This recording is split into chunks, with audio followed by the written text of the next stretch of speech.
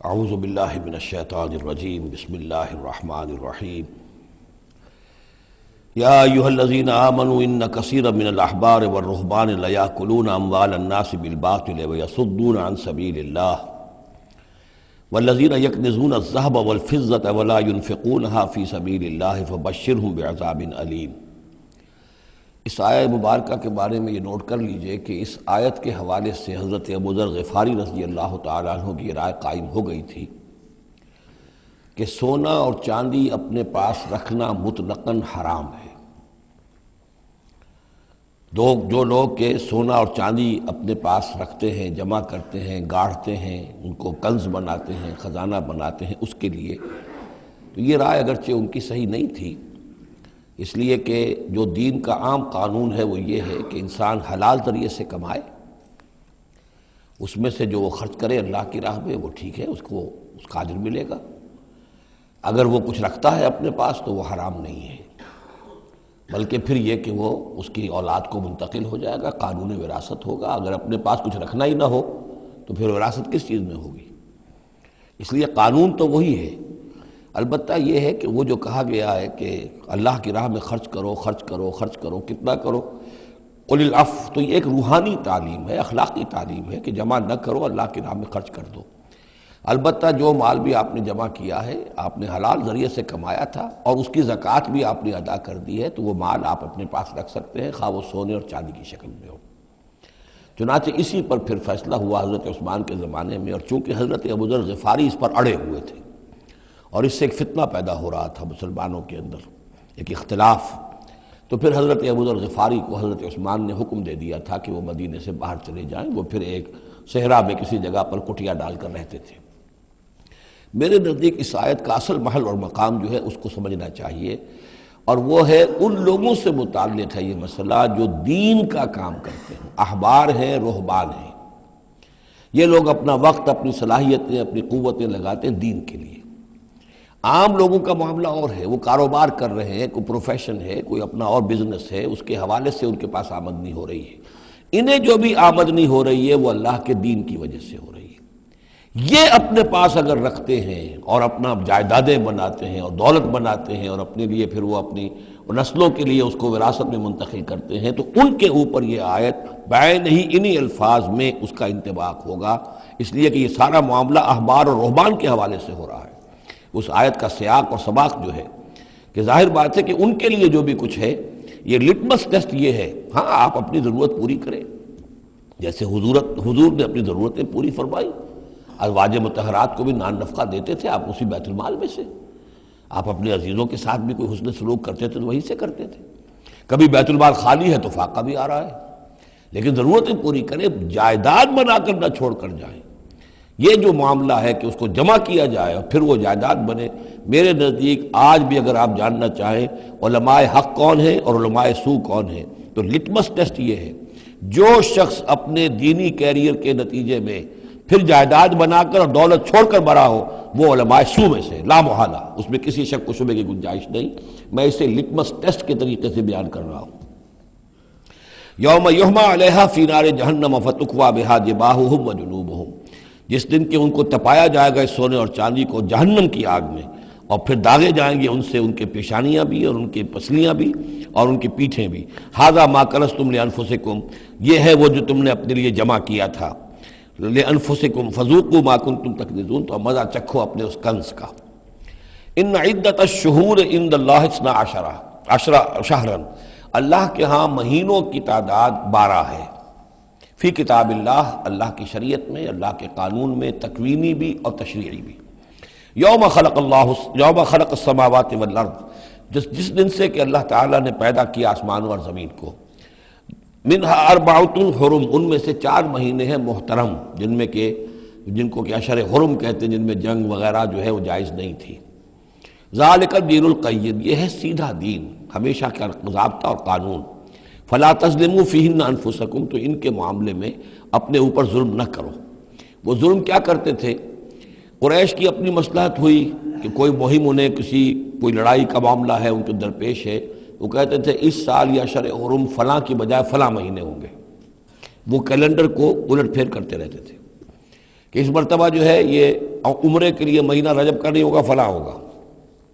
اس حوالے سے وہ کیلنڈر جو تھا ڈسٹربڈ تھا، لیکن ہوا ایسا ہے قدرت خداوندی سے کہ جس سال آپ نے آخری حج کیا ہے، حجۃ الوداع، تو اس سال وہ ساری جو غلطیاں ہوتی ہیں اس کے بعد وہ جو اس کا مجموعی اور آخری نتیجہ یہ تھا کہ صحیح جگہ پر وہ کیلنڈر آ گیا تھا۔ اسی لیے حضور نے اپنے خطبہ حجۃ الوداع میں کہا ہے کہ استدار الزمان کہیئتہ یوم خلق اللہ السماوات والارض، یہ زمانہ اور یہ کیلنڈر جو ہے، تقویم جو ہے، یہ پورا چکر لگا کر ساری غلطیوں اور ترمیموں میں سے ہو کر اب ٹھیک اسی جگہ پر پہنچ گئی ہے جس مقام پر کہ اللہ نے، جس تقویم پر کہ اللہ تعالیٰ نے آسمان اور زمین کو پیدا کیا تھا، اور آج کے بعد سے ان مہینوں کے اندر کوئی الٹ پھیر نہیں ہو سکے گا۔ وَقَاتِلُوا الْمُشْرِكِينَ كَافَّةً كَمَا يُقَاتِلُونَكُمْ كَافَّةً، اور مشرکوں سے بھی جنگ کرو ایسے ہی سب کے ساتھ جیسے کہ وہ تم سے جنگ کرتے ہیں، جڑ کر، ہل حال میں اور جمع ہو کر۔ وَاعْلَمُوا أَنَّ اللَّهَ مَعَ الْمُتَّقِينَ، اور جان لو کہ اللہ تعالیٰ جو ہے متقین کے ساتھ ہے۔ نسیء زیادۃ فی الکفر، یہ جو مہینوں کو ہٹا دینا تھا ادھر سے ادھر، یہ پھیر دینا جو ہے اشر حرم کا، یہ بڑھائی ہوئی بات ہے کفر کی۔ یضل بہ الذین کفروا، اس کے ذریعے سے گمراہ ہوئے ہیں وہ لوگ جنہوں نے کفر کیا۔ یحلونہ عاما، حلال کر لیتے ہیں اس مہینے کو ایک سال، ویحرمونہ عاما، اور ایک سال اسے حرام قرار دے دیتے ہیں۔ لیواطئوا عدۃ ما حرم اللہ، تاکہ تعداد پوری کر لیں اس کی جو اللہ نے حرام ٹھہرائے ہیں۔ 4 مہینے حرام ہیں آگے پیچھے پھیر کر، لیکن تعداد پوری کر دی۔ فَيُحِلُّوا مَا حَرَّمَ اللَّهُ، اس کا نتیجہ کیا نکلتا ہے کہ جو اللہ کی طرف سے محترم مہینہ تھا وہ ان کے حساب سے، ان کی غلطی سے پھر وہ حلال ہو جاتا ہے، پھر حلال کر لیتے ہیں وہ مہینہ جو اللہ نے حرام کیا ہے۔ زُيِّنَ لَهُمْ سُوءُ أَعْمَالِهِمْ، اسی طریقے سے ان کے جو برے اعمال ہیں ان کے لیے مزین کر دیے گئے، کھبا دیے گئے ان کی نگاہوں میں۔ وَاللَّهُ لَا يَهْدِي الْقَوْمَ الْكَافِرِينَ، اور اللہ کافروں کو ہدایت نہیں دیتا۔ یہاں وہ 5 رکوع ختم ہوئے ہیں کہ جن کا تعلق ہے نبی اکرم صلی اللہ علیہ وسلم کی بعثت خاصہ الی اہل العرب، اس کی تکمیل ہو گئی، اس کے مقاصد پورے ہو گئے، اس کے ضمن میں آخری احکام دے دیے گئے۔ اب جہاں سے جو شروع ہو رہا ہے 6 رکوع سے، یہ میں نے آپ کو بتایا تھا کہ یہ غزوہ تبوک کا مسئلہ ہے، اس کا پس منظر بھی بیان کر چکا ہوں۔ سن 6 میں صلح حدیبیہ ہوئی، حضور صلی اللہ علیہ وسلم نے اس کے بعد آپ اپنے پیغامبر، ایلچی، اپنے خطوط، نامہ ہائے مبارک بھیجے۔ باقی جگہوں پر جو ہوا سو ہوا، لیکن ایک شخص نے کہ جو رئیس بصرہ تھا، شرحبیل بن عمرو غسان کا، اور یہ تھا رومن امپائر کے تابع، ان کا باج گزار تھا، اس نے حضور کا جو وہاں گیا تھا نامہ بر خط لے کر گئے تھے حضرت حارث ابن عمیر ازدی رضی اللہ تعالی عنہ، انہیں قتل کر دیا، شہید کر دیا۔ سفیر کا قتل جو ہے وہ گویا کہ اعلان جنگ ہوتا ہے، لہذا حضور نے ایک لشکر تیار کیا، 3000 مسلمانوں کو جمع کیا، حضرت زید ابن حارثہ کو ان کے اوپر امیر بنایا، اور لشکر بھیجا موتا کی طرف۔ یہ جنگ موتا ہوئی ہے سن 8 میں، جمادی الاولیٰ سن 8 میں جنگ موتا ہوئی ہے۔ اس میں ہوا یہ کہ وہاں سے رومیوں کا لشکر آ گیا 1 لاکھ کا، اور مسئلہ یہ پیدا ہوا کہ اب ہمیں مقابلہ کرنا چاہیے یا نہیں، لیکن مسلمانوں نے کہا کہ ہم تو شہادت کے شائق ہیں، شہادت ہے مطلوب و مقصود مومن، نہ مال غنیمت نہ کشور کشائی۔ تو جنگ ہوئی، نتیجہ یہ ہوا کہ حضرت زید بن حارثہ بھی شہید ہوئے۔ پھر حضور نے پہلے ہی بتا دیا تھا کہ اگر وہ شہید ہو جائیں تو پھر جعفر ابن ابی طالب جو حضور کے چچا دار بھائی تھے حضرت جعفر طیار، پھر وہ ہوں گے کمانڈر، انہوں نے چارج لیا، وہ بھی شہید ہو گئے۔ ان کے بعد حضور نے فرمایا تھا کہ عبداللہ ابن رواحہ انصاری ہوں گے، انہوں نے چارج سنبھالا، وہ بھی شہید ہو گئے۔ پھر آخر کار حضرت خالد ابن ولید نے خود اپنے ہاتھ میں کمان سنبھالی، اور کسی طریقے سے وہ اپنے اس لشکر کو بچا کر لے آئے۔ تو یہ صورتحال ہوئی جنگ موتا کی۔ اس کے بعد نبی اکرم صلی اللہ علیہ وسلم نے پھر اعلان عام کیا کہ اب میں خود جاؤں گا، اور اب وہ جنگ تبوک کا مسئلہ ہوا کہ اب تمام مسلمان، ہر صاحب ایمان کے لیے میرے ساتھ نکلنا ضروری ہے، ہم تبوک تک جائیں گے۔ تبوک آخری سرحد تھی کہ جو رومن امپائر جہاں سے شروع ہو جاتی تھی، یہ حجاز کا آخری شہر ہے، مدینے سے جہاں تک میرا اندازہ ہے کوئی 300 ساڑھے 300 میل شمال میں ہے، اور بڑا سخت جو ہے صحرا درمیان میں آتا ہے۔ شدید گرمی کا موسم تھا، شدید گرمی کا موسم، تب طویل سفر، ادھر فصل تیار تھی کہ کھجوریں پکی ہوئی تھی، اگر انہیں اتاریں گے نہیں وقت پر تو ضائع ہو جائے گی، اور اگر سب مرد چلے جاتے ہیں تو عورتیں تو کھجوریں نہیں اتار سکتی، کیونکہ کھجور کا اتارنا جو ہے پھل کا وہ آسان کام نہیں ہوتا۔ یہ سارے ایسے امتحانات جمع ہو گئے کہ اس کے لیے اہل ایمان کا بھی آخری امتحان ہو گیا، جس کے نتیجے میں جو منافقین تھے ان کا گویا کہ تش تش بام ہو گیا، ان کا معاملہ، ان کی کمزوریاں، ان کی خباثتیں کھل کر سامنے آ گئیں۔ تو یہ یوں سمجھیے کہ یہ 11 رکوع منافقین کے موضوع پر قرآن مجید کا آخری مقام اور ذروۂ سنام ہے۔ جیسے کہ اس سے پہلے سورہ نساء کے اندر بہت بڑا حصہ جو ہے، تقریباً نصف سورت جو ہے وہ متعلق تھی منافقین سے ہی۔ یہاں پر بھی یوں سمجھیے کہ یہ 11 رکوع جو ہیں وہ بہت سے مضامین اس میں آئیں گے، لیکن یہ کہ ایک جو درمیان میں یوں سمجھیے کہ جو دھاگا ہوتا ہے جس میں موتی پروئے ہوئے ہیں، ان میں وہی منافقین کا مضمون ہے۔ تو اس میں یہ ہے کہ آپ کو معلوم ہے کہ حضور 30,000 کا لشکر لے کر گئے تھے، اور اس میں وہاں جا کر ہرقل اگرچہ موجود تھا، ہیرکلیس، لیکن اس نے مقابلے میں آنے کی جرت نہیں کی۔ وہ پہچان چکا تھا کہ یہ اللہ کے رسول ہیں، اور میں اگر براہ راست ان کے مقابلے میں آؤں گا تو مار کھا جاؤں گا۔ حضور وہاں مقیم رہے، وہاں کے آس پاس کے لوگ آئے، انہوں نے معاہدے کیے، اپنی سرحدوں کو آپ نے محفوظ کیا، اور پھر آپ واپس آ گئے۔